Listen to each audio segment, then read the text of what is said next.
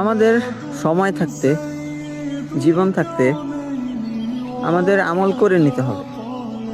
কারণ যখন আমাদের থেকে আমাদের সময় এবং জীবন চলে যাবে, তখন আমরা চাইলেও আমল করতে পারবো না। এই যে একটা ঘড়ির কাঁটা প্রতিনিয়তই 1 সেকেন্ড, 1 মিনিট, 1 ঘন্টা করে আগাচ্ছে।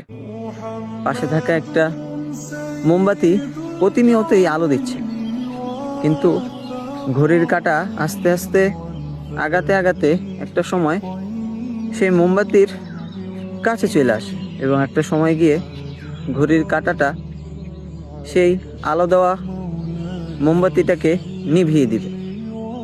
এটা কি আসলে আমাদের জীবনের একটা উদাহরণ না? আমাদের সময় চলমান, আমরা প্রতি সেকেন্ড, প্রতি ঘন্টা, প্রতি মিনিট, প্রতি মুহূর্তে মৃত্যুর দিকে এগিয়ে যাচ্ছি এবং এই আলো দিচ্ছে সেই মোমবাতিটা, এটা হলো আমাদের জীবন। যখন আমাদের জীবন থেকে আমাদের সময় চলে যাবে, তখন আমরা মৃত্যুবরণ করব। আমরা চাইলেও তখন আমল করতে পারবো না। তাই আমাদের কাছে আমাদের সময় থাকতে, আমাদের জীবন থাকতে আমাদের আমল করে নিতে হবে। কারণ যেই একাকিত্বর সময় কেউ আমাদের পাশে থাকবে না, সেই একাকিত্বর সময় আমাদের আমলই আমাদের পাশে থাকবেন এবং সেই মুহূর্তে আমলই আমাদের সাহায্য করবেন। সেই আমলই আমাদের হয়ে আল্লাহ তাআলার কাছে সুপারিশ করবেন। তো এই কারণেই আমাদের সকলের উচিত আমাদের হায়াতে জিন্দেগির মধ্যে আমাদের সময়গুলোকে কাজে লাগানো।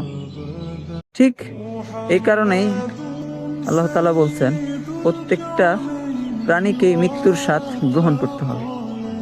আমাদের মৃত্যু তো তখনই হবে যখন আমাদের থেকে আমাদের সময় চলে যাবে, এবং আমাদের সময় চলে যাওয়া মানে হচ্ছে আমরা মৃত্যুবরণ করব।